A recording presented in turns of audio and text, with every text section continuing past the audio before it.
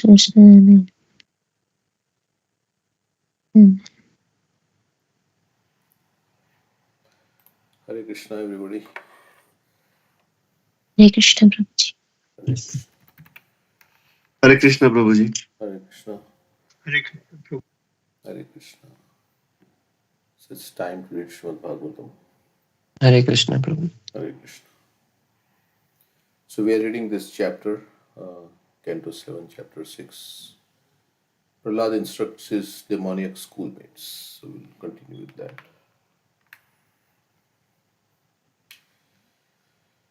Okay.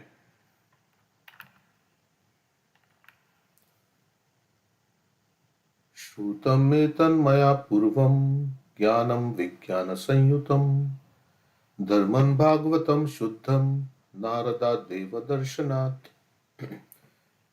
So the classmates of Prahlad Maharaj may be wondering as to where did Prahlad receive all this knowledge. So Prahlad is himself saying where he received this knowledge from. And then they will ask the question, but Narad Muni doesn't come to our school to teach us this knowledge. Or where did you learn? Where did you meet Narad Muni? So Prahlad is anticipating their doubt and question. He is speaking here. Prahlad Maharaj continued, I received this knowledge from the great saint Narad Muni, who is always engaged in devotional service. This knowledge, which is called Bhagavad Dharma, is fully scientific. It is based on logic and philosophy and is free from all material contamination.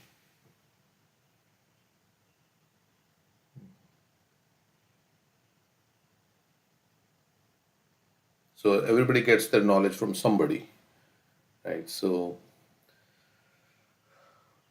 we are getting our knowledge from Prabhupada, from his books, from so many other devotees.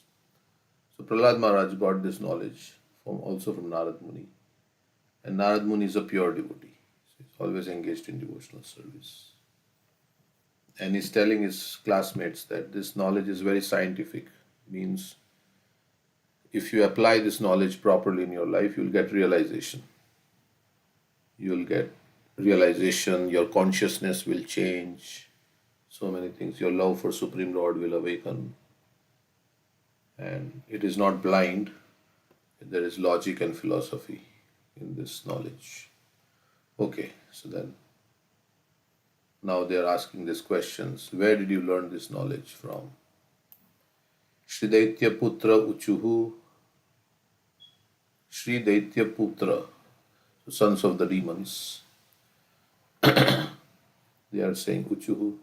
Praradatvam vayam chapi nartyanyam vidmahe gurum etabhyam guru putrabhyam balanam api ishvaro balasya antapurastasya mahatsango duranvayah chindina sanshayam saumya syached vishrambha karanam. So the sons of the demon replied, Dear Prahlad, neither you nor we know any teacher or spiritual master other than Shanda and Amarka, the sons of Shukracharya. After all, we are children and they are our controllers. For you especially, who always remain within the palace, it is very difficult to associate with a great personality. Dear friend, most gentle one, would you kindly explain how it was possible for you to hear Narad? Kindly dispel our doubts in this regard. Okay, so that's what we discussed, yeah. They were surprised. Where did Prahlad meet Narad Muni? Where did he receive this knowledge? And he said, yeah, mostly you are in the palace and or in the Gurukul, and there are no saintly persons coming here. Our teachers are Sanda and Amarka, they are sons of Shukracharya. They are not teaching us this knowledge. So where are you getting this knowledge from? Please tell us. Where did you hear Narad Muni? On YouTube or where? Facebook or wherever? Where did you hear Narad Muni? So please dispel our doubts. So the next chapter, I think we'll read this also. Of course, where did Prahlad receive this knowledge from? Narad Muni, when he was in the womb of Kayad. In the womb of his mother, yes. That's where he heard this knowledge for a long time. How many years did he hear this knowledge? That's 60,000 years? Yeah, 100 celestial years he went. So, about, I don't know how long it was, but long time, 100 celestial years. Hiranyakashipu was doing penance for a long time and he had gone. So, daily Narad Muni was speaking. So, every day he was hearing for such a long time. And why he was not being born? Because the child has to come out after some time, right?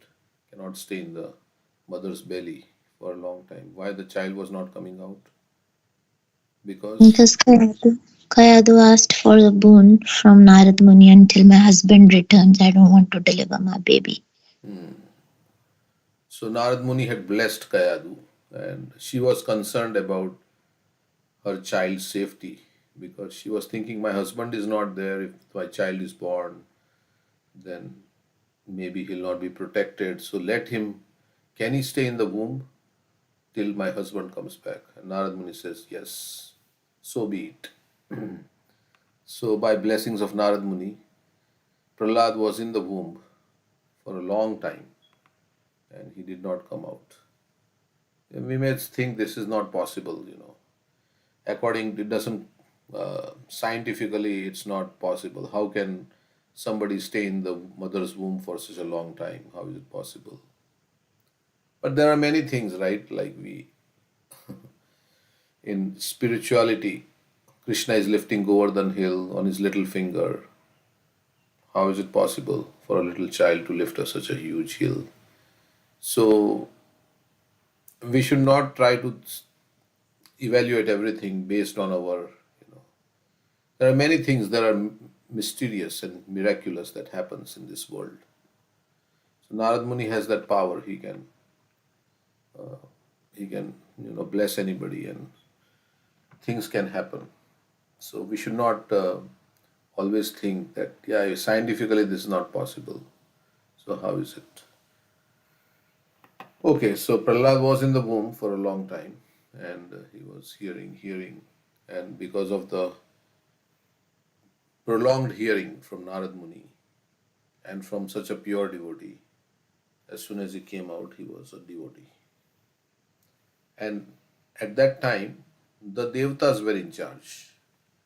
So the demons they were displaced from their home until Hiranyakashipu came back after gaining all the powers from Brahma. And then he actually created havoc and again drove out the Devatas. But while Kayadu was in the custody of Narad Muni or in the ashram of Narad Muni, then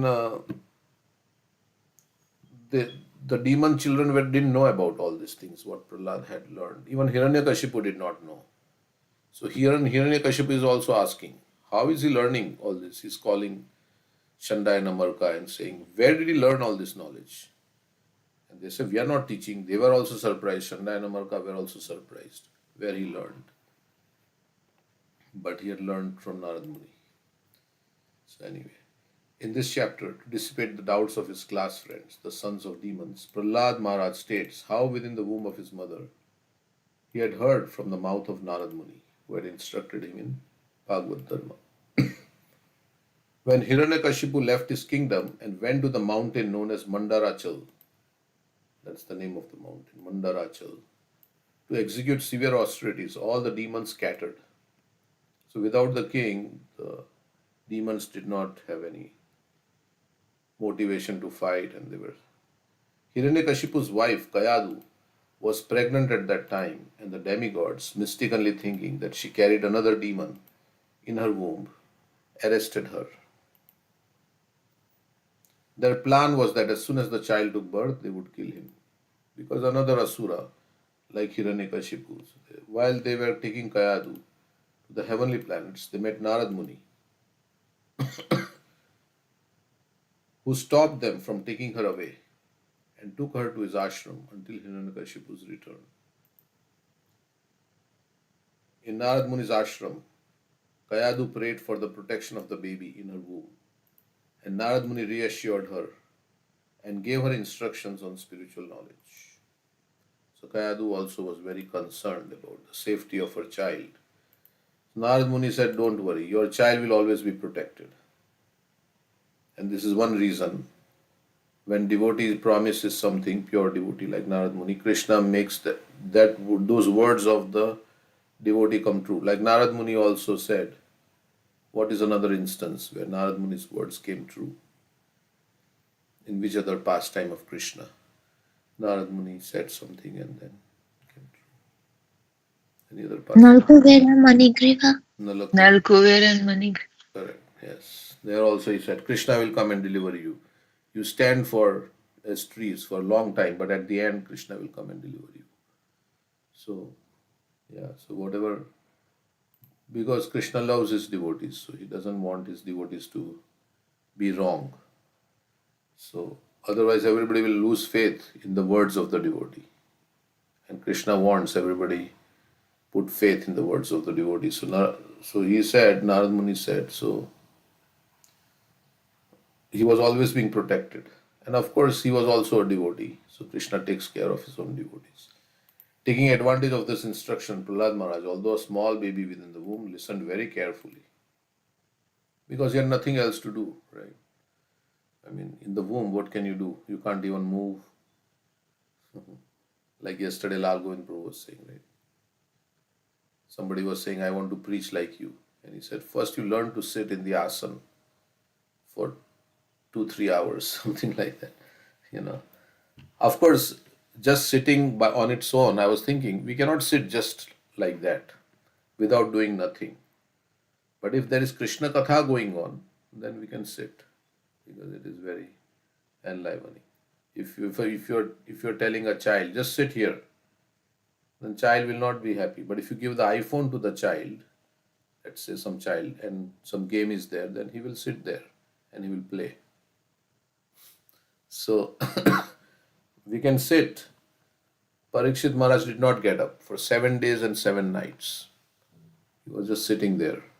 And Shukdev Goswami also did not get up. He was sitting for 7 days and 7 nights. No eating, no drinking, no sleeping. And just sitting there and chanting. I mean, speaking Bhagavatam like that. So, like we went to movies right before, 3-hour movies. We sat there. Maybe there was an interval after 1.5 hours or something. But in the movie you sit because it is so absorbing. So similarly, Krishna Katha can be very absorbing. When we get taste, chanting, Haridas Thakur also, he would sit in this cave and chant for long times. He would not come out of the cave. So those who have, so of course Prahlad was there in the womb and he had nothing to do. There was no distraction. He was just hearing. So if we want to hear like that, we have to keep everything away and just sit and hear. So Prahlad, taking advantage of this instruction, Prahlad Maharaj, although a small baby within the womb, listened very carefully. He was not seeing his guru, because in the womb you cannot see outside what's going on. But he was hearing. So hearing is more important than seeing. So first we have to hear. So the spirit soul is always apart from the material body. So Guru should be heard, not seen. The spirit soul is always apart from the material body. There is no. But we say that, but how do we develop faith in somebody without seeing their actions? Because anybody can speak in this world, but we develop our faith, right? So achar and prachar. Yes, of course, Prahlad Maharaj. Of course, we see the actions also that is there, and so many speakers come. We don't know, right, what their lifestyle is. We are not watching them 24/7. Like for instance, Lal Govind Prabhu. We see him only once a year, right? But he has been coming every year, but we don't know. Of course, we hear that he is doing katha here, he is doing katha there, but we are not watching every time, all the time, 24/7 what they are doing. Of course, so but we have got faith, right? That's another thing. We have got faith. Like so many people, right? Giriraj Maharaj. We are not seeing him all the time, but we hear from Giriraj Maharaj and so many others. Because the others also tell us that yeah, he's a nice devotee and like that. So I mean, on YouTube also, there are so many videos of so many people who say themselves as gurus, ah, and general people are hearing it. So, but we say that, well, how do you know that this person is authentic, right? hmm, You see also their actions, what they're doing. yes. So it But of is course, you can't see them all the time. But yeah. So again, yeah, anybody can. As you are saying, anybody can speak anything. Philosophically, you can speak so many things, but ultimately, yeah, the actions of that person when we see and what they are doing, then we can. So that's why Keshav Maharaj was saying, right? How much spiritual advanced you are is what is your consciousness when you are alone? What are you doing? And nobody is watching you. So that's how we determine. Yeah, but seeing, then you get some faith. Speaking is easy, but walking the talk is difficult. But another perspective, we can say, even gold comes from a filthy place. We accept it. So, like that also that is described, that Chintamani, instructed Bilva Mangal Thakur. She herself was a prostitute, but that instruction that he gave to Bilva Mangal Thakur was valuable, so he took it. But but of again, course, yeah, what you are saying is correct. That without, having faith, then it doesn't touch the heart. Yeah. we also say the purity is the force, and words oh, touched by the lips of the serpent, the milk becomes poison. Yes. So, the consciousness of the person speaking those words matter. Yes. Purity is the force. Yes, correct. So the simple things that a pure person speaks will touch the heart and transform the heart. The same thing spoken by somebody who's not so pure hearted may not touch the heart as much as. Another way they say is like if you are repeating the words of the parampara, devotee is like a postman also. So he gives the message as it is. But of course, he doesn't, as long as you don't tamper with the message and you deliver it as it is, as you heard from your predecessor acharyas, that will have potency. But purity is the force also. So if you're practicing and then speaking what the acharyas have said, then it will have more potency, like that we can say. And ultimately, if you have faith in some person, then only you would like to hear from that person.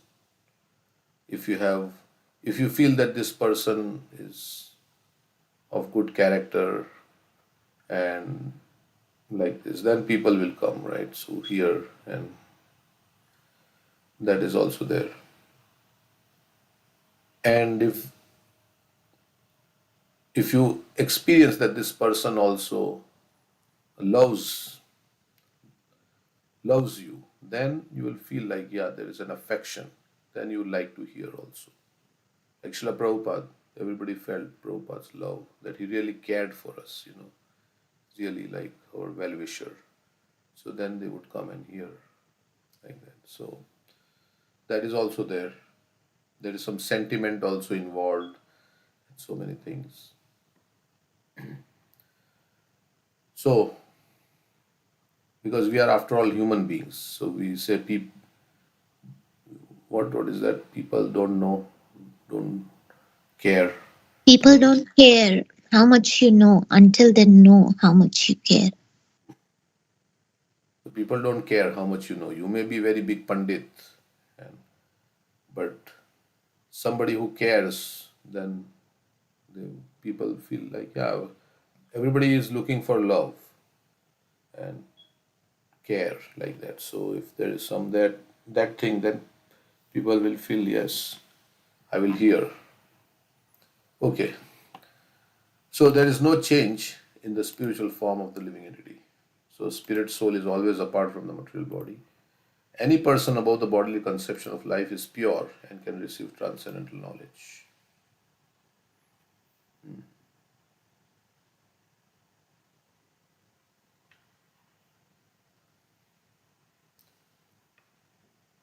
Okay, so if we are not in the bodily conception of life, we are thinking of ourselves as spirit soul, then we can receive transcendental knowledge.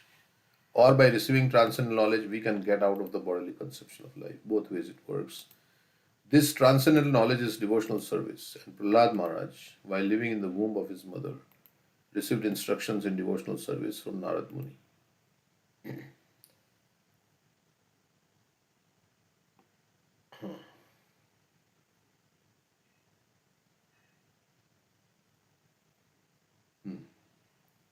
Any person engaged in the service of the Lord through the instructions of a bona fide spiritual master is immediately liberated. And being free from the clutches of Maya, he is relieved of all ignorance and material desires. So, the effect of hearing actually ultimately is to become free from the bodily conception of life and all material desires and all ignorance. Ignorance, avidya, causes kama, like material desires. And kama leads to karma. We are hearing that. Karma. Karma means all the activities we do because of all these material desires. And that leads to klesha. That leads to suffering. Because we get one body after another in this material existence, and every body you get means suffering is there. The body is a wonderful instrument to receive pain. So, in so many ways, the body can give you trouble. So, as soon as you have material desires, you get a material body. And material desires are due to ignorance of our real identity, who we are, and what is my situation in this world. So, that's why this cycle of birth and death is continuing.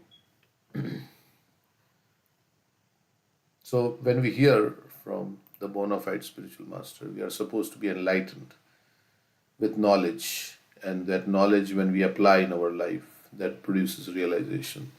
So, the duty of everyone is to take shelter of the Supreme Lord and thus become free from all material desires.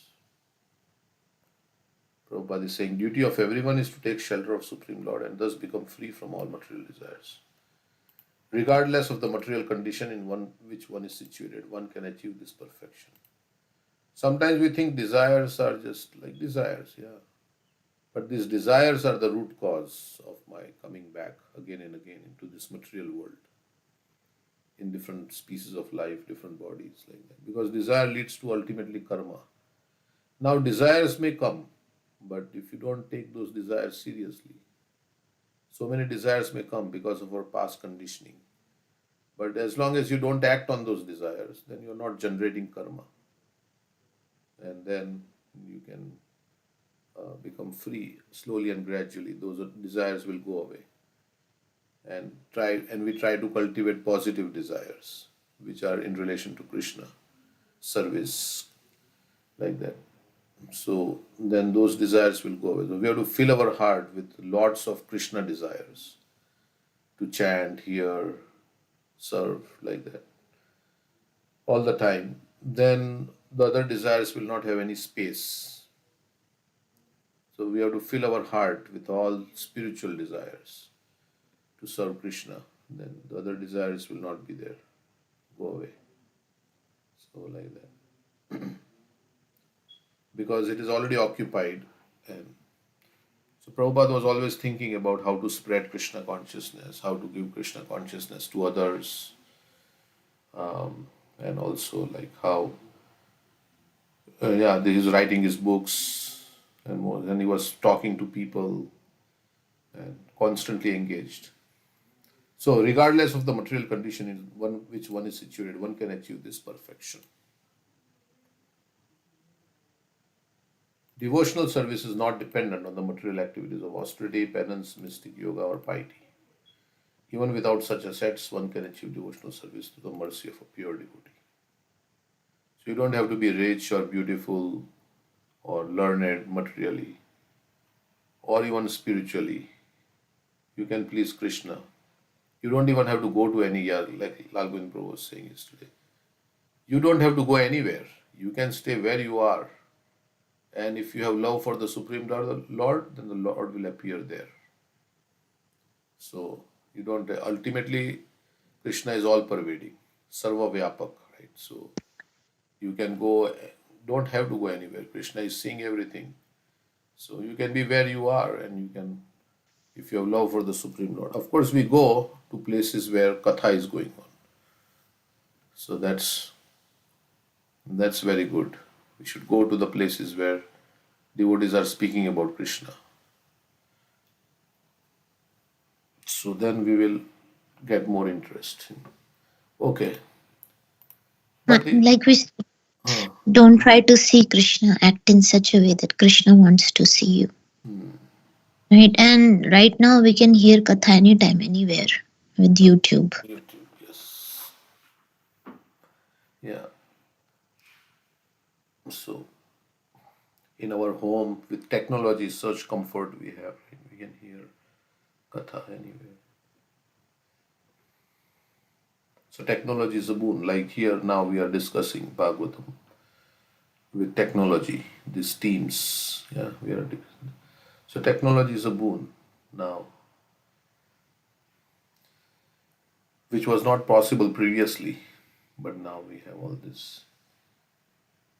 So why is technology evolving so fast? So that Krishna consciousness can spread, because now people have settled in different parts of the world and it's impossible to reach everybody. Like, so now in YouTube you can reach so many people.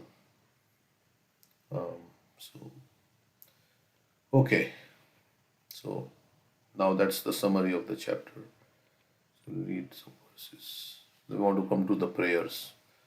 Shnarada Uvacha Evam Daitya Suti Sutai Prishto Mahabhagavato Suraha Uvachatan Smayamanaha Smaran Mad Anubhashitam. Narad Muni said, although Prahlad Maharaj was born in a family of asuras, he was the greatest of all devotees. Having thus been questioned by his class friends, the sons of the asuras, he remembered the words spoken to him by me and replied to his friends as follows.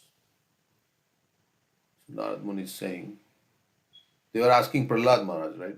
Where did you learn this transcendental knowledge? And this chapter begins with Narad Muni saying, who was he saying to? Okay. Narad is saying to Yudhishthir Maharaj, I think he's telling this story in the Rajasuya Yajna, right? Yes, correct.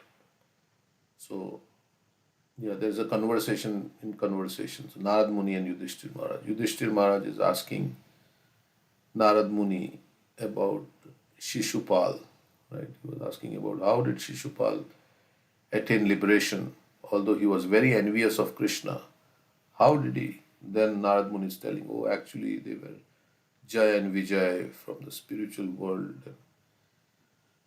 And then he talks about Hiranyakashipu. They had previously come as Hiranyakashipu and Hiranyaksha. And then he talks about how Hiranyakashipu had its devotee son Prahlad.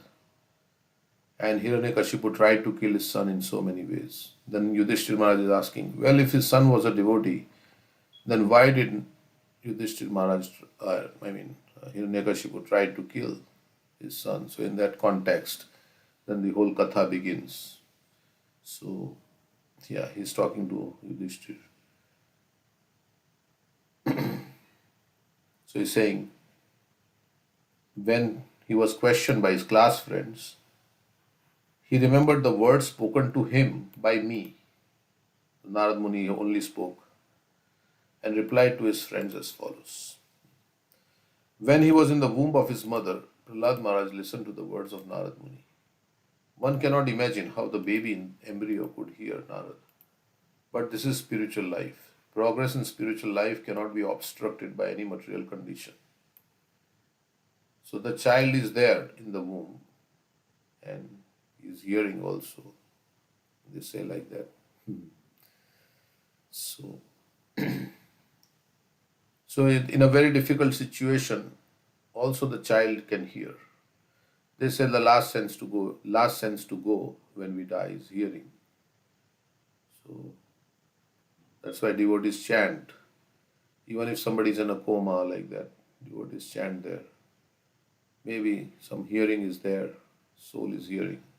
We don't know, but they say like that. So progress in spiritual life cannot be obstructed by any material condition.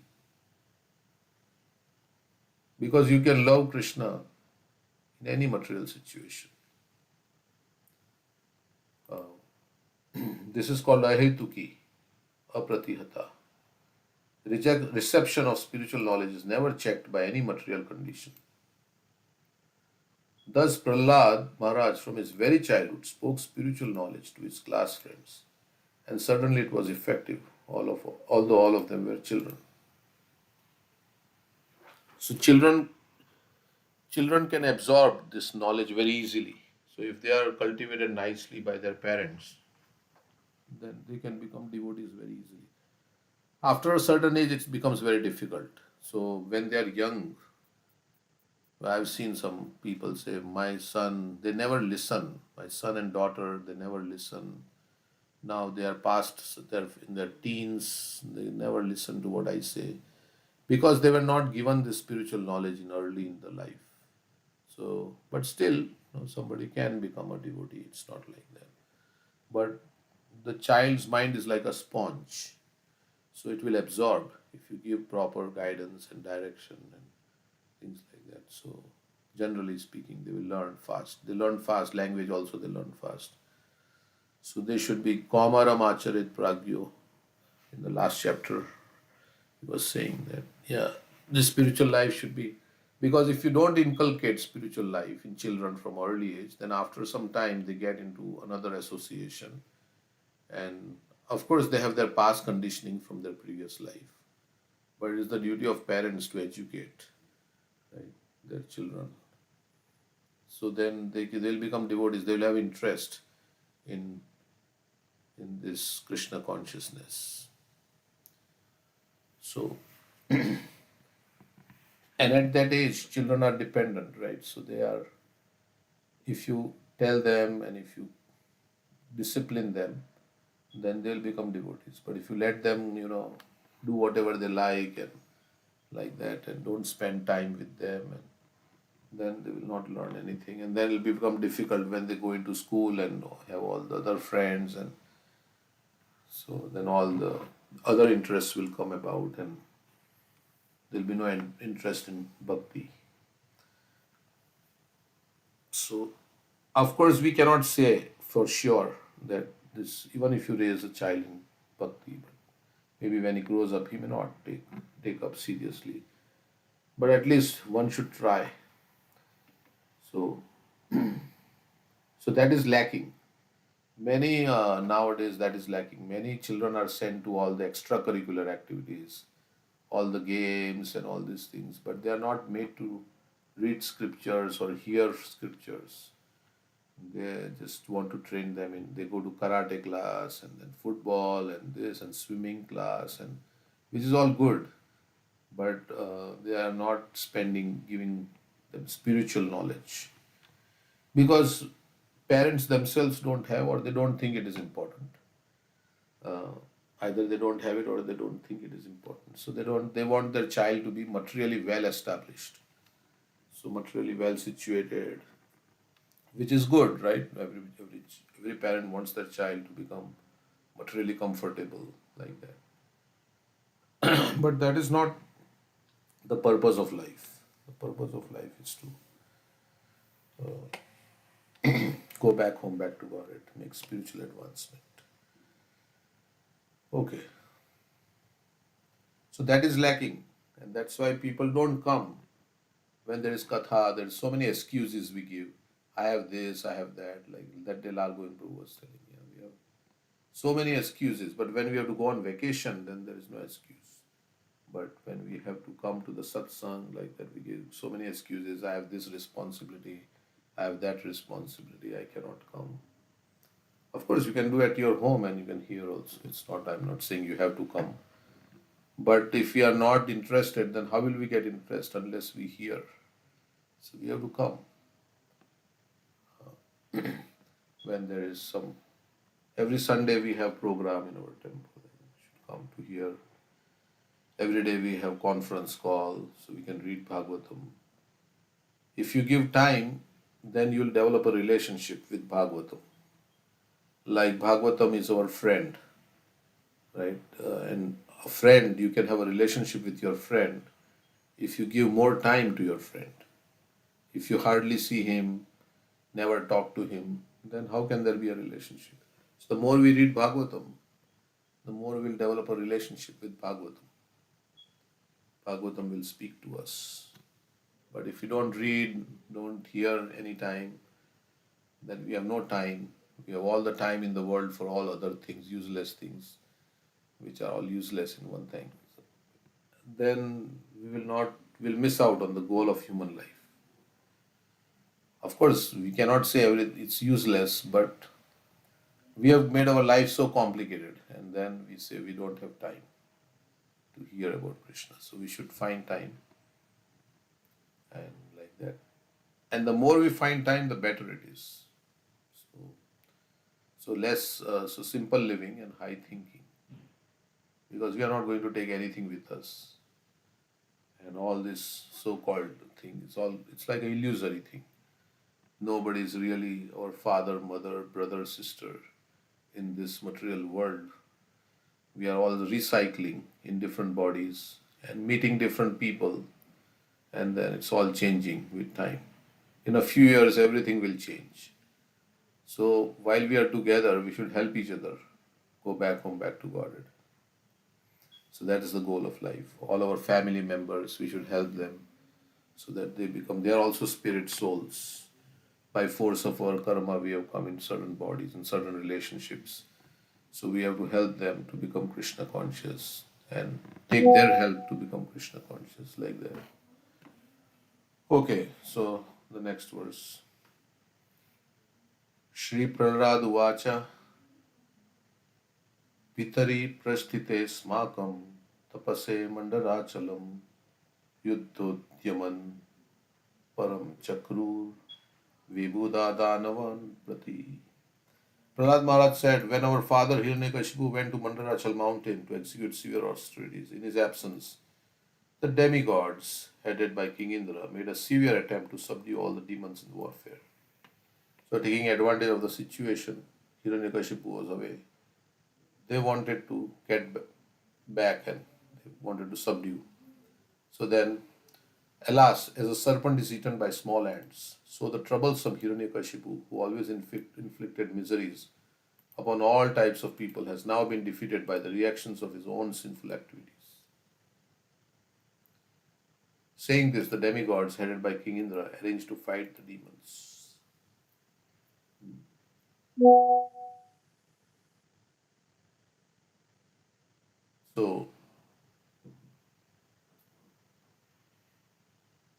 So, he is saying that Hiranyakashipu has been defeated by his own sinful reactions. Somebody's there, 1 minute, let me see the door.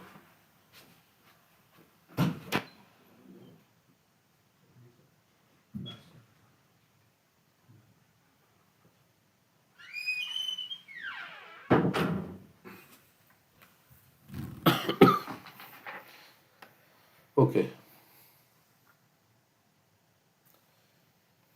When the great leaders of the demons, who were being killed one after another, saw the unprecedented exertion of the demigods in fighting, they began to flee, scattering themselves in all directions.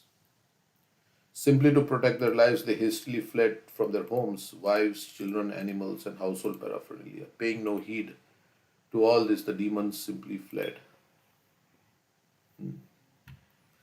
So everybody, all the devatas came and they drove out the demons.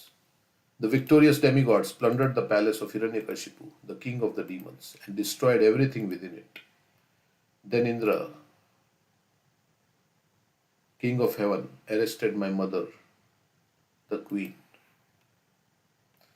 As she was being led away, crying in fear like a kurari captured by a vulture. So she was crying and shouting and like that. The great sage Narada, who at that time had no engagement, appeared on the scene and saw her in that condition. So,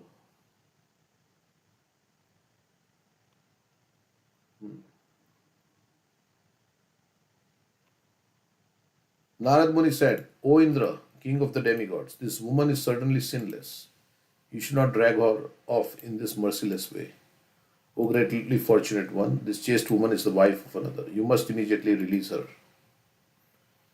So you should not do any harm to this lady. Then Indra had his reason why he wanted to capture um, Kayadu, who was the wife. So he's saying, King Indra said, in the womb of this woman, but she's pregnant. There is, and she has a child in her womb. In the womb of this woman, the wife of the demon, Hiranyakashipu, is the seed of the that great demon. So Hiranyakashipu's seed is there in this womb. Therefore, let her remain in our custody until her child is delivered. Then we shall release her. Yeah, we will not harm her, but we want to take care of this child. You know, we will kill the child. Indra, the king of heaven, had decided to arrest Prahlad Maharaj's mother because he thought that another demon, another Hiranyakashipu, was within her womb. So son will be like the father. So, so from the beginning, only if you kill the child, right? So then there'll be no more problem. The best course, he thought, was to kill the child when the child was born, and then the woman could be released. Narad Muni replied, the child within this woman's womb is faultless and sinless. Indeed, he is a great devotee, a powerful servant of the Supreme Personality of Godhead. Therefore, you will not be able to kill him. So Indra said, I will kill the child. But the Narad Muni said, no, you will not be able to kill him because he is a great devotee of the Supreme Lord. The Lord will protect him. There have been many instances in which demons or non-devotees have attempted to kill a devotee, but they have never been able to destroy a great devotee of the Supreme Personality of Godhead. The Lord promises in Bhagavad Gita, Kaunte prati janihi name bhakta pranashyati. This is a declaration by the Supreme Personality of Godhead that his devotee cannot be killed by demons. Of course, sometimes devotee is killed, like in which situation devotee was killed. Jatayu. Jatayu was killed. Parikshit Maharaj. Parikshit Maharaj. Yeah. So everybody has to pass away. Abhimanyu. Abhimanyu. Abhimanyu was killed, yes. He was also a devotee. So, yeah. So, everybody has to die in this material existence. Doesn't mean devotee will not die. Everybody has to die. Some or other reason will become the cause of one's death. But Krishna will protect the consciousness. That's what we say. So, next life again, they will go back home, back to Godhead, or they will take another birth in another devotee family if they did not finish. The declaration by the Supreme Personality of God that his devotee cannot be killed by demons is that his devotee cannot be killed by demons. Prahlad Maharaj is the vivid example of the truth of this promise. Narad Muni told the King of Heaven, it would be impossible for you to kill the child, even though you are demigods, and certainly it would be impossible for others.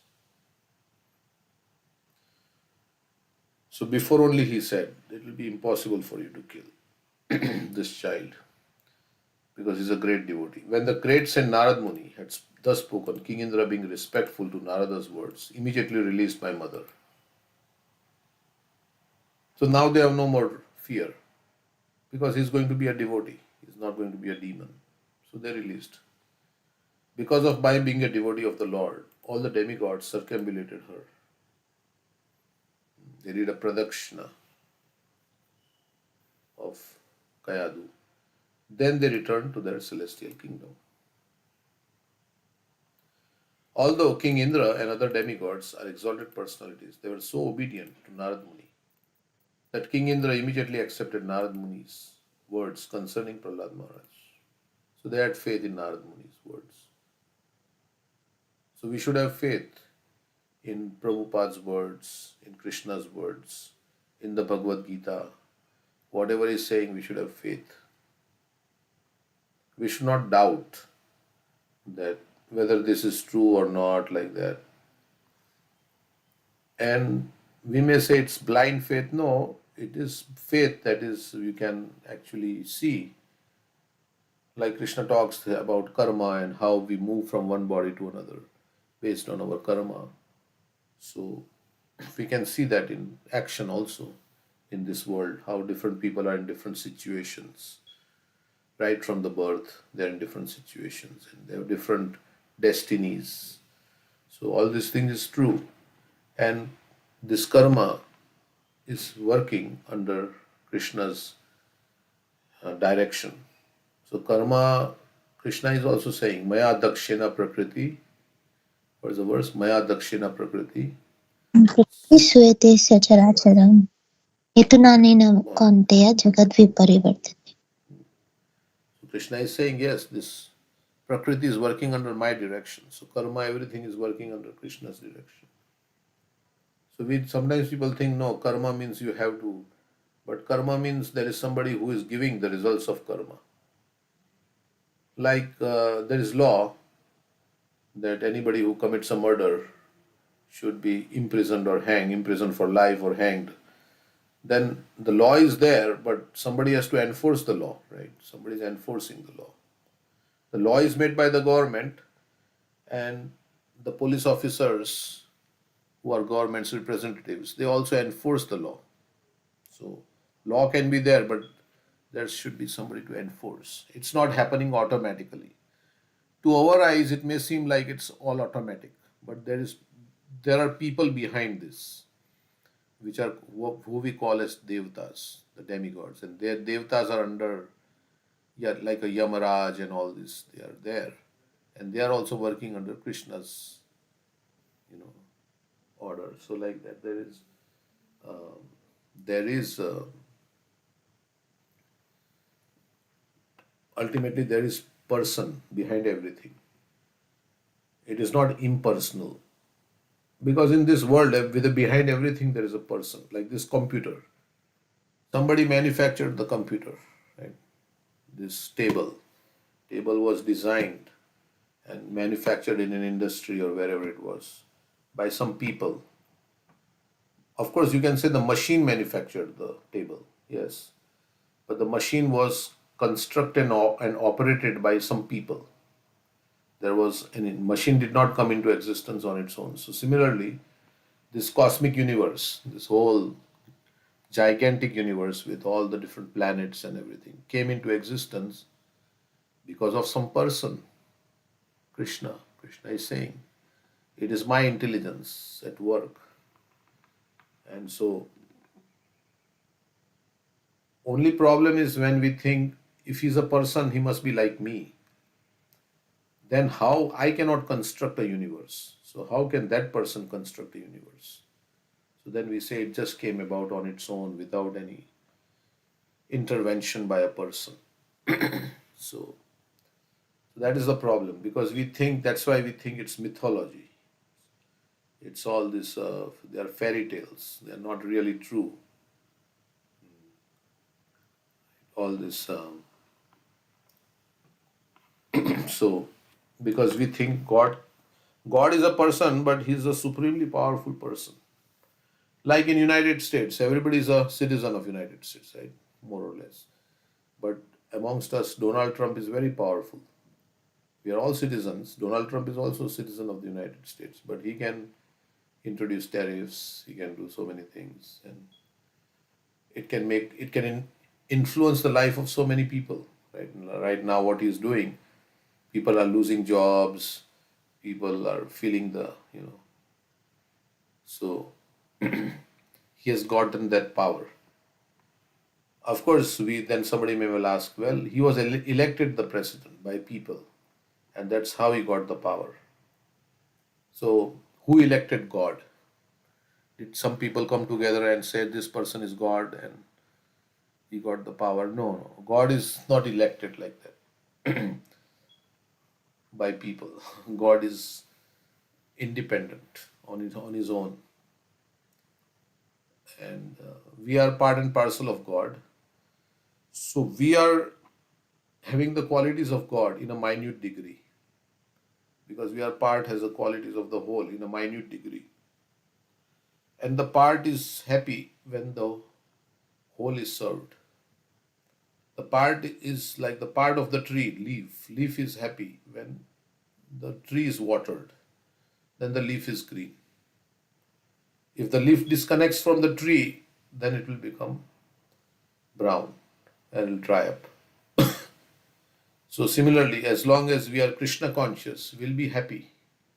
But as soon as we disconnect from Krishna, then all the problems will start, all the struggle will start, all the problems will start. So, the leaf, when it's disconnected from the tree, then it doesn't get any nourishment and slowly becomes like, brown, drying up, it loses its. So similarly, when our consciousness becomes disconnected, then all the struggle, then all this, in this world, there is so much struggle because we are disconnected in our consciousness from Krishna, from God. And that's why there is fighting going on at the family level and at the national level, and so much crime is going on, and all these things are happening, and so much anxiety is there, so much suffering is there because we have disconnected ourselves. So Krishna bhuli jiva se anadir bahirmukha, then Krishna bhuli jiva se anadir bahirmukha, ateva अतएव माया आगे दिया संसार samsara dukha. So all this anxiety and all this is experienced. First of all, we got this material body because this body itself is a punishment because so many things can go wrong in this body. It can be injured in so many ways. It's a punishment for our turning away from God. So that first we have to realize that this I'm not supposed to accept one body after another and suffer diseases like cancer and kidney failure and open heart surgery and all these things when you have to do, how troublesome it is. Like you go to the doctor and you say, I have some difficulty in breathing. Oh, they say your arteries are blocked. We have to do a triple bypass surgery. So suddenly all the things like changes. So it's like that. This body itself is trouble. And then with this body we have to like make sure things go right. We have to struggle for so many years in our job with so many people and the politics and so much things, so many. And we are thinking we are making advancement, but actually every day we are moving closer to death, and all that we are hankering for, we have to leave behind and then go to the next life and again start all over from the beginning. So intelligent person thinks, what am I doing? What is this? This is what life is meant for. Of course, we need things to keep ourselves comfortable like that, but only so much as is necessary, and then use it for Krishna. Whatever if Krishna has given, we should use it for Krishna. Because nothing we can take with us, and everything is going. Even body cannot be taken with us. So we are meant to go back to the spiritual world. That's basically the purpose of this life. And that can be easily achieved in this age by chanting the holy name Hare Krishna, Krishna Krishna, Hare Hare, Hare Ram, Ram Ram, Hare. Still that, it's so easy, still we can't chant. Right? So we should chant, right? I mean, with determination, with by being in association of others, then we should be chanting. We should get inspiration to chant some or the other. All these things, all this lecture and everything, and this katha and everything is ultimately to bring us to the point of chanting the holy name. Because this is the way we will make spiritual advancement in this age, is through the chanting of the holy name. Hare Nam, Hare Nam, Hare Nam Eva Kevalam. Kalo Nasteva, Nasteva, Nasteva Gatiranyata. So Prabhupada said, I wrote all these books to convince you to chant the holy name. So after hearing all this katha and everything, we should come to the point of chanting Hare Krishna. So both we have to keep hearing, which will keep us inspired to chant, and then we keep chanting. So this is how our inspiration, our determination will grow by hearing, and then we will be able to chant, and then chanting, and then service. We are chanting, we are saying, Krishna, please engage me in your service. Chanting itself is service, and then other services to spread Krishna consciousness. Because then we have to make others chant also. It should not be that I'm chanting, I'm satisfied. No, we have to help others get inspired to chant the holy name. So we have to preach this message and like that. So anyway, so that is how Prabhupada set up his society. This is called understanding by the parampara system. Indra and the demigods did not know that a great devotee was in the womb of Kayadu, the wife of Hiranyakashipu. But they accepted the authoritative statements of Narad Muni and immediately offered the respects to devotee by circumambulating the woman in whose womb he was living. To understand God and the devotee by parampara system is the process of knowledge. There is no need to speculate about God and his devotees. Don't imagine. It may be like this, it may be like that. Our mind can make up so many philosophies. And so Shastra is there. So Shastra is ultimately. Otherwise, you can have your philosophy, I can have my philosophy, and there are so many people with so many philosophies. But that's not the way you can learn the absolute truth. Supposing I want to know about you, I can imagine so many things. Um, like you like to eat karela, where you may not like to eat karela. You like swimming, you may not like swimming.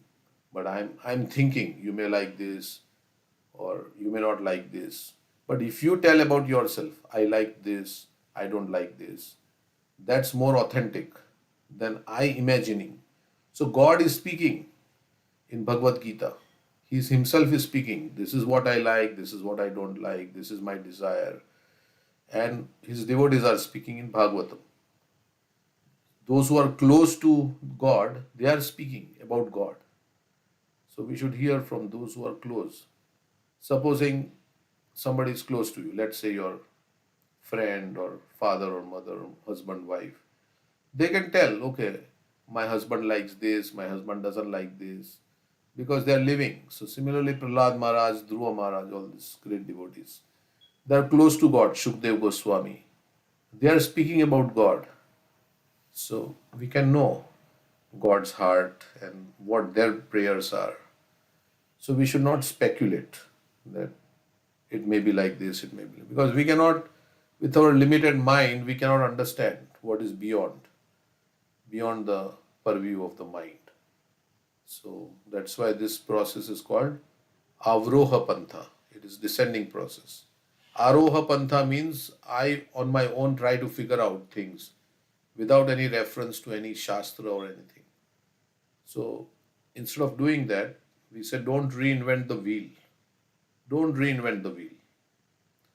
The wheel is already there, you use it. So similarly, this knowledge is coming in parampara. You realize the knowledge by practicing it. Don't try to invent something new, some new age philosophy, something like that.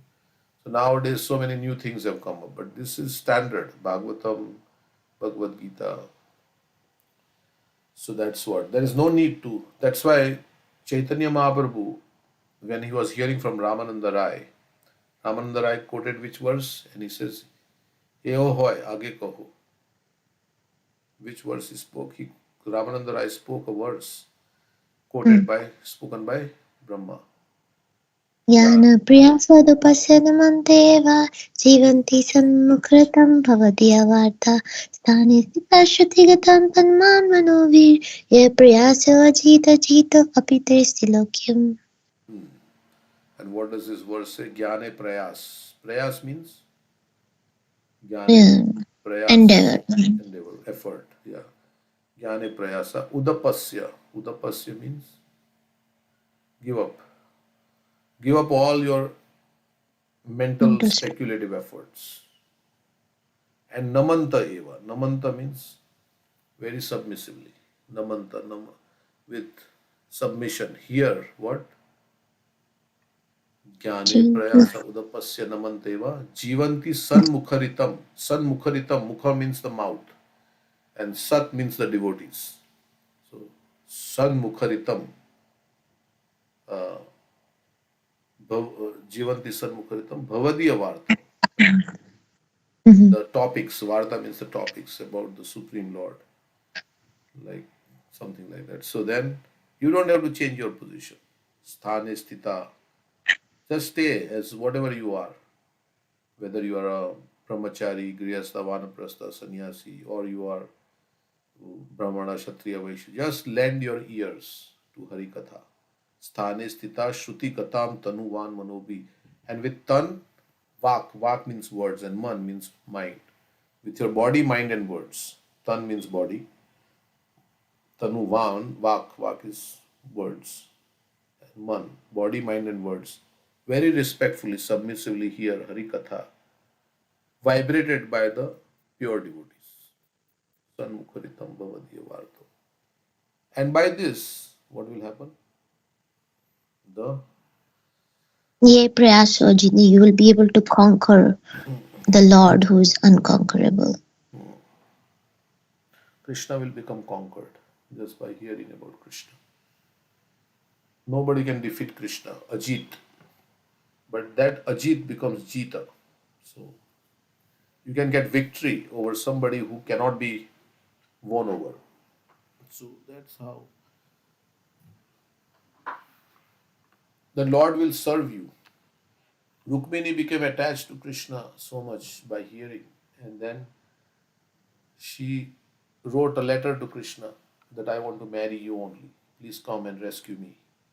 And Krishna came all the way, leaving aside the battle and everything. He came to rescue Rukmini. So, like that. So, if we hear about Krishna, then Krishna will come to rescue us. Like Parikshit Maharaj, he was hearing. What is the duty? He asked, what is the duty of a person who is about to die? And what is the duty of a person generally, and what is the duty of a person who is about to die, right? That's the question. Of course, there are 7 questions asked by the sages. But this is what is the duty of a person who is about. So he was about to die. We are also about to die. What is my duty? And what did Parikshit Maharaj do? He heard Bhagavatam. So we should hear Bhagavatam. So we have Katha in the evening also. Every day we have Katha in the morning. So, and then evening also we will start Bhagavad Gita. So like that we can hear about Krishna. And there are so many books.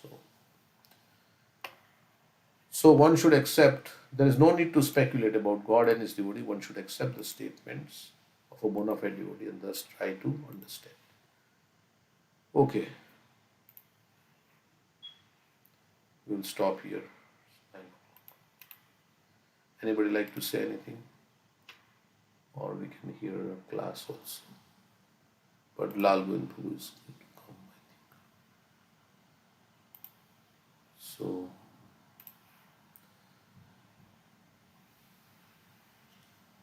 okay, so any comments anybody has? So importance of hearing is very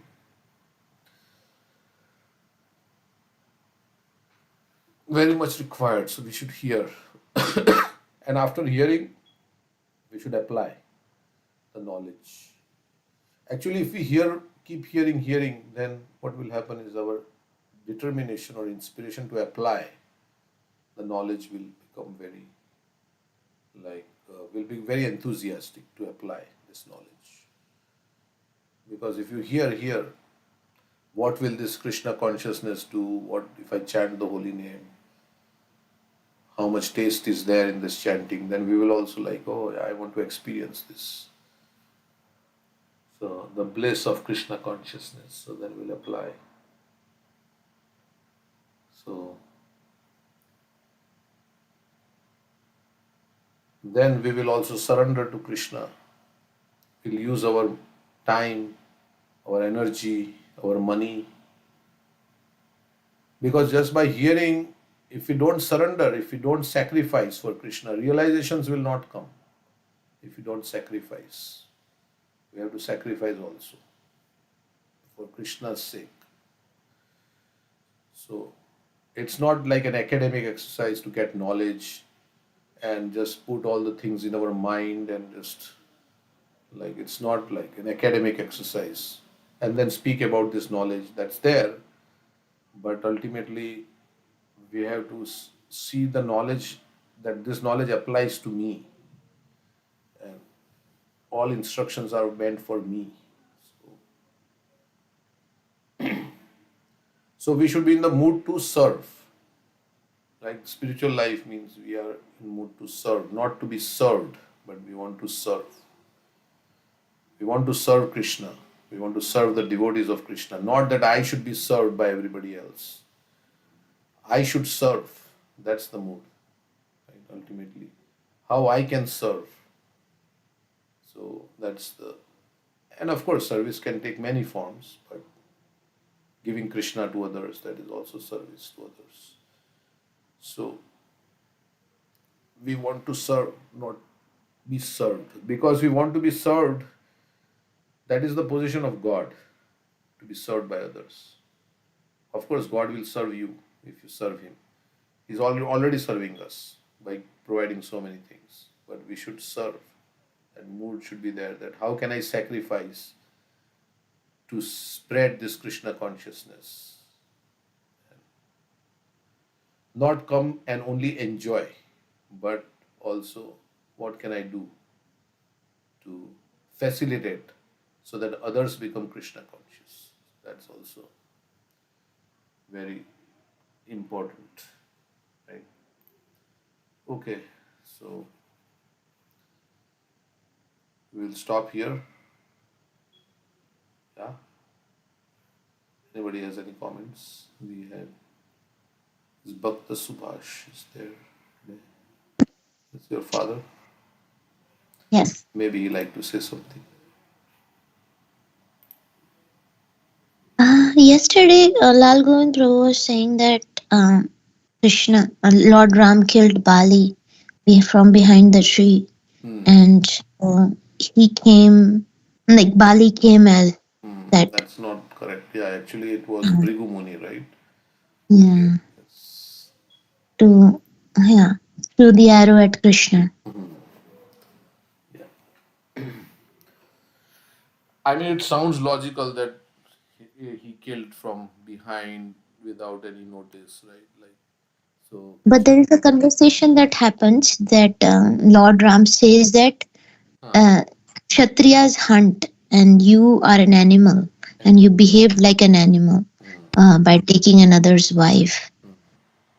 So it was okay for a Kshatriya, me, to kill you from behind the tree, like hunting animals.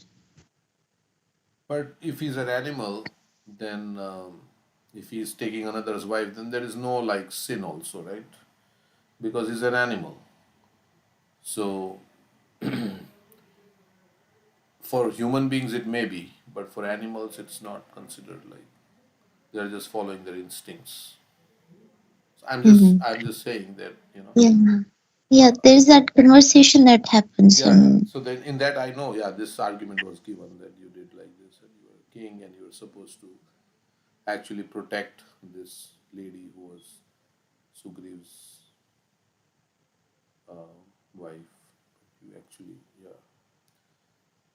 So now I was just thinking in like somebody may come up with this argument. Well, if he's an animal, then animal has no because Ramchandra is saying you are an animal and Kshatriyas can hunt animals, then that's okay. Then that argument is valid, but the other argument may not be valid because they're animal. But yeah, we can read that conversation. What exactly? Prabhuji, I have other question. So Hanuman, they are saying that he's so Shaktiman and all powerful and all that. He is not able to kill Bali. Yeah, Hanuman can kill Bali, but Bali had this boon that whoever he fights with, then he will get 50% of that strength, would come to Bali. So if Bali is fighting with Hanuman, 50% of Hanuman's strength will come to Bali.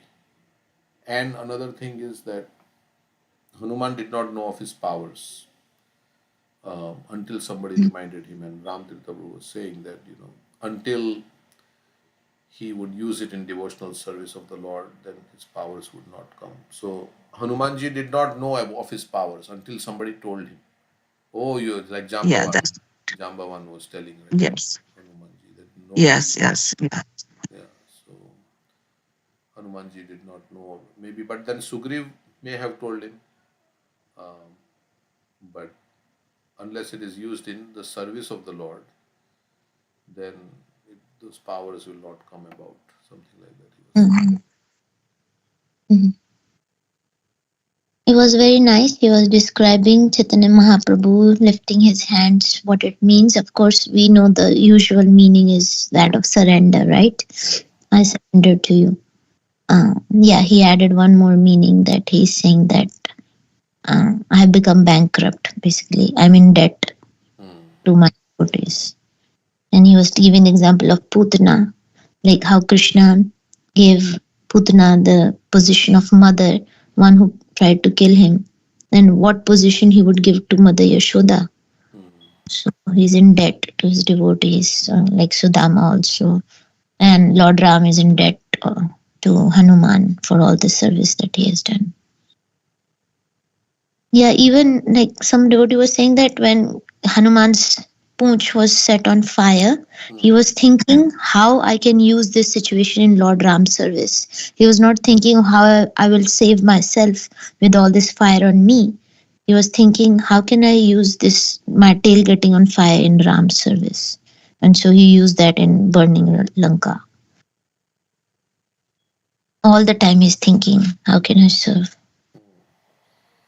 And normally, if the tail burns, then the body will also burn eventually because the tail is. But for Hanumanji, He didn't. it didn't. So Because Mother Sita's prayers. Think she prayed to Agni Dev, not to harm Hanuman. I mean, in one sense, all these are extraordinary powers that Hanuman has, and so they can do anything. So,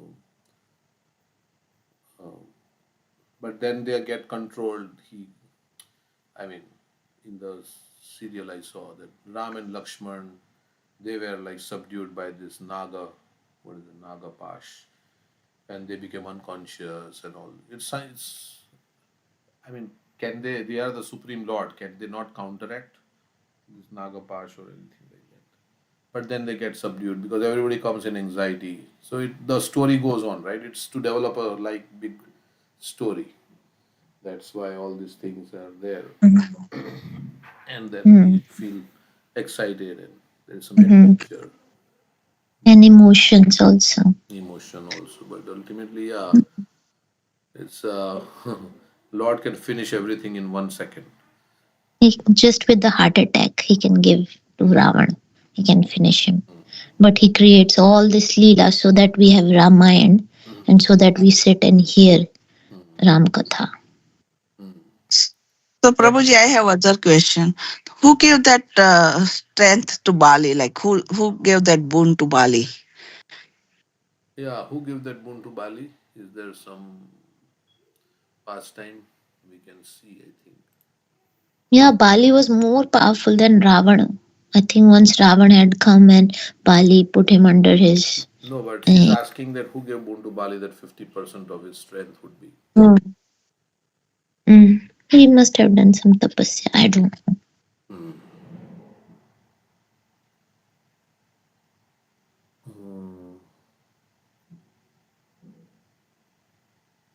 Lord Brahma. Bali received a boon from Brahma that half of the strength of the opponent will come to him. So Brahma gives all these boons. Okay. So, And another important point he mentioned was before Lord's mercy comes Guru's mercy. So Hanuman is the one who convinced Lord Ram to help Sugriv. And Vibhishan also, when he met Hanuman, he said, I had no um, faith that I will be able to meet Lord, but now that I've seen you, who are the devotee of Lord, I am certain that soon I will be able to see the Lord also.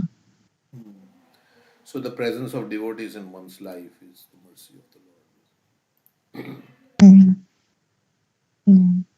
Before Lord comes Lord's devotees in our life. And then when we start following the instructions and chanting the name of Ram, then Ram appears. Yeah, like Even with Sita. yeah, like Mhm. Prabhupada's books came in our life, right? And then we started, getting interest. We went to the temple. Then we started hearing from so many devotees. Then our inspiration increased. And then, so the mercy of devotees, ultimately Prabhupada's mercy comes. And then, because he set up this ISKCON, right? And then all these devotees who are there in ISKCON, who are speaking, and so then we are getting their mercy, which is coming from Prabhupada. They are also getting from Srila Prabhupada. They are reading the books, and we are also reading Prabhupada's books every day. So we are getting the mercy. So, so we know we now are chanting the holy name, right? We may not have thought like this when we were younger. We may not have thought that we would chant every day in the morning. We would do like this and then go for Hari Katha and sit there for 3 hours. All these things. It's all mercy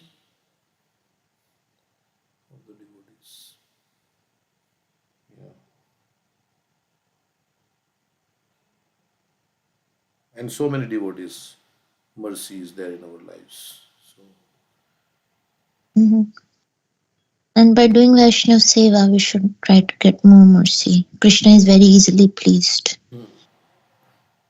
dui kare naam. प्रभु कहे वैष्णव सेवा नाम संकीर्तन दुई करे शीघ्र पावे श्री कृष्ण आचरण नाम कीर्तन and Vaishnav Seva. Like yesterday, so many people cooked in the temple. So they spent their time. We came and ate prasad, right? But so many people like you also go every Sunday. You help, do some service to serve the Vaishnavas. Give your time, give your money to serve, to facilitate Krishna Katha. Give some. If we can't give our whole life, then we can give some time, our energy, some money. Prana artha dhiya vacha. If you can't give our life, then give some money. If you can't give some money, then give some intelligence, some way you can organize. And then you can't do, then at least by words do something. So, of course, all the four we have to do. But okay, so anything else? So Hanuman is also considered the brother of Ram, right? Because he was born Mhm, pious or mhm, whatever that was, that mhm, offering that was mhm. But he's the example of Dasya. there. So is Hanumanji Jiva Tattva or is a Shiva Tattva? Yeah, this he was saying Shiva came as Hanuman. Shankar Swayam, Kesari Nandan.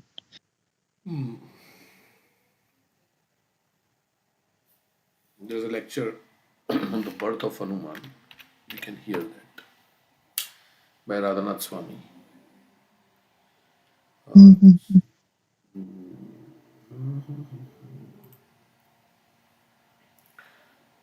Because there are different ways.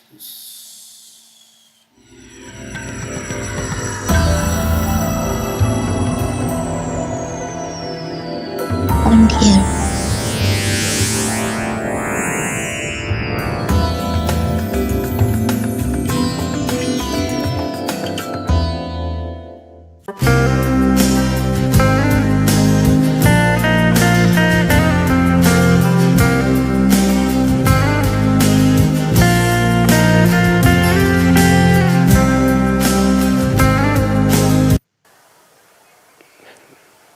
if we go to a holy place to bathe in the holy rivers and see the spots without satsang, associating and hearing from holy people, then it is not really a pilgrimage at all. In Sri Chaitanya Charitamrita it is said on many occasions that those people who carry Krishna or the Supreme Lord within their hearts, all the holy places are present there. So when we come to a holy place in the association of devotees who are like-minded, who share the same essential purpose, and we come to hear about the Lord and his devotees, to chant the holy names in kirtan and japa, to offer our prayers, then it truly is a place of pilgrimage. And Krishna reveals himself to us in such an atmosphere.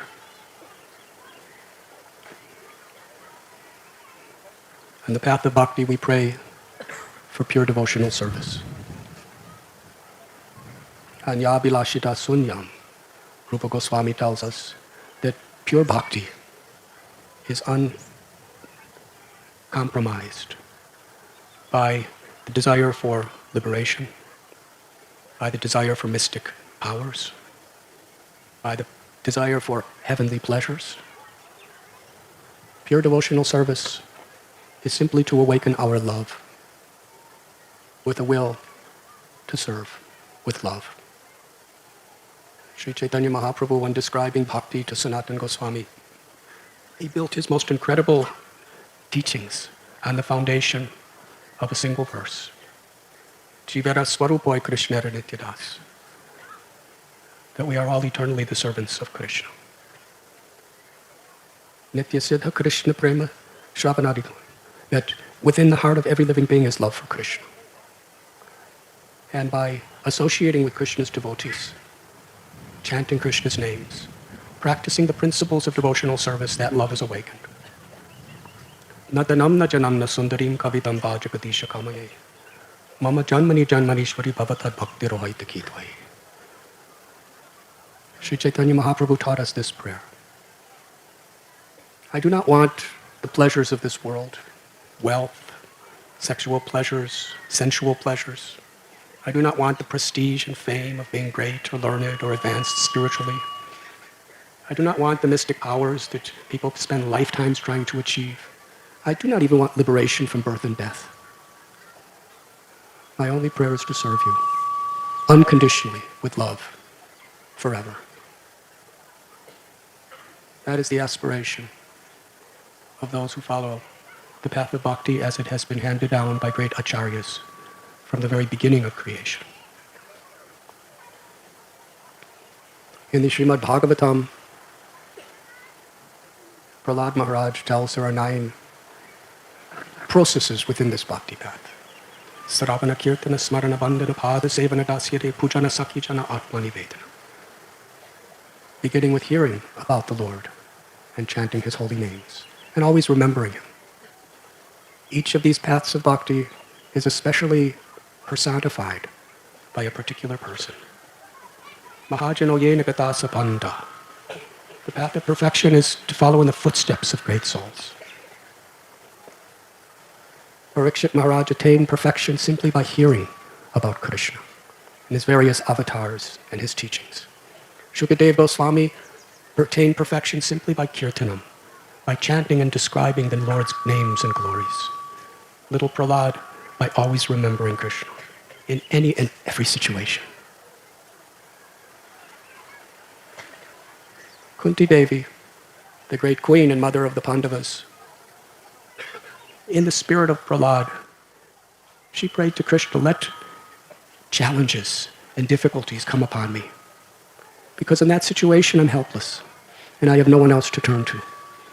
And I remember you with a whole heart. And in remembering you, I am taken beyond danger and beyond fear. Devotees of the Lord understand this principle, that this material world has been created to facilitate every living being to ultimately attain his or her own spiritual perfection. If it wasn't for time and getting old and the threefold miseries, adhyatmaka, adhibodhika, adhidaivaka, miseries caused by our own body and mind, miseries caused by other people or other beings, miseries caused by natural disturbances, then we would be complacent to just be happy in this world. But the eternal soul is Satchit Ananda. It is eternal, full of knowledge and full of bliss. And the Ananda, the bliss of the soul, is to feel the unlimited love of Bhagavan or Krishna and to love Krishna. That exchange of love is the only true happiness for the eternal soul. When we see the soul from the perspective of eternity, then the situations that come in this tiny little flash of a lifetime can be seen in its proper perspective. Sometimes we see our troubles being so difficult. Why? Why is this happening? But when we see from the perspective of eternity, which is our true nature, we understand that whatever troubles are there, ultimately are there to help us to reconnect with our true essence, with Krishna. Hanuman is the personification of seva. He perfected his life through selfless service to Sri Ram. It is seen that practically all the various spiritual paths of India unanimously have great honor for Hanumanji. Whether you go to Kashi or Vrindavan or any holy place, or you go to any temple for any of the various of the supreme absolute truth or the devas, Hanuman is always there to welcome us. Even the Jains and the Buddhists in various places worship Hanuman. His universal attraction is based on his incredible, unique, unconditional loving service to Sri Ram and his compassion. When Sita was abducted and separated from Ram by Ravana, here in Kishkinda Kshetra where we sit, Ram manifested his deep feelings of viraha bhava, or separation. We will all go to a place in Ramayana, it is called Prashravana. It is also known as Malyavanta. There is a mountain close to where we sit, where there is a cave. After Ram made alliance with Sugriva, the monsoon rain started pouring down. It was pouring so hard, it was impossible to search for Sita at that time. So Ram, who was playing the role of a human, he told Sugriva and his prime minister, Hanuman, that after the monsoons we will search for Sita. For that 4 months, Ramchandra and his brother Lakshman remained in that cave. 24 hours a day, day after day, week after week, month after month, Lord Sri Ram was totally immersed in separation from Sita. There is a murti of Lord Ramchandra sitting in a lotus posture with beads in his right hand and with his left touching his heart. Because there, throughout the day, he was chanting the names of Sita and meditating upon her within his heart. And far away, in the distant land of Sri Lanka, in the Ashok Grove, Sita, being harassed, tormented by Ravana and the Rakshashas and Rakshashis, was chanting Ram's name constantly, meditating on Ram within the core of her heart. In this way, the deepest union of love was manifested in their separation from each other.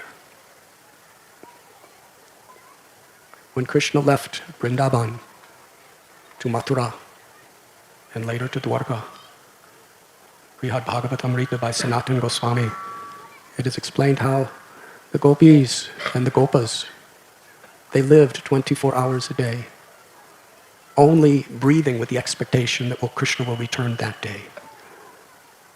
The gopis cried for the rest of their lives in separation from Krishna. They would make garlands for him, make wonderful arrangements in every way, cook his favorite foods, expecting him to return that day. In Chaitanya Charitamrita, during the Ratha Yatra, it is explained Lord Chaitanya's mood of Sri Radha in separation from Krishna, and Krishna's mood in separation from Brijvasis. Krishna revealed that all day, every day, he is simply remembering the residents of Vrindavan. And the residents of Vrindavan always immersed in remembering him.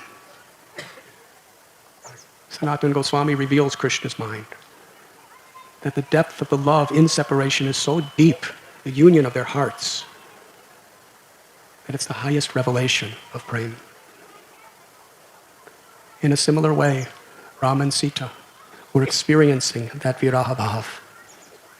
And Kishkinda Kshetra, where we sit today, is very much personifying that revelation. It is here that Ram cried for 4 months in separation from his Sita, the ultimate beloved. The jiva, every living being who is part and parcel of the Supreme Lord, has as its deepest potential and its very essence, love for Krishna, love for Ram. That love, that prema, is the energy, part and parcel of Sri Radha or Sri Sita's love.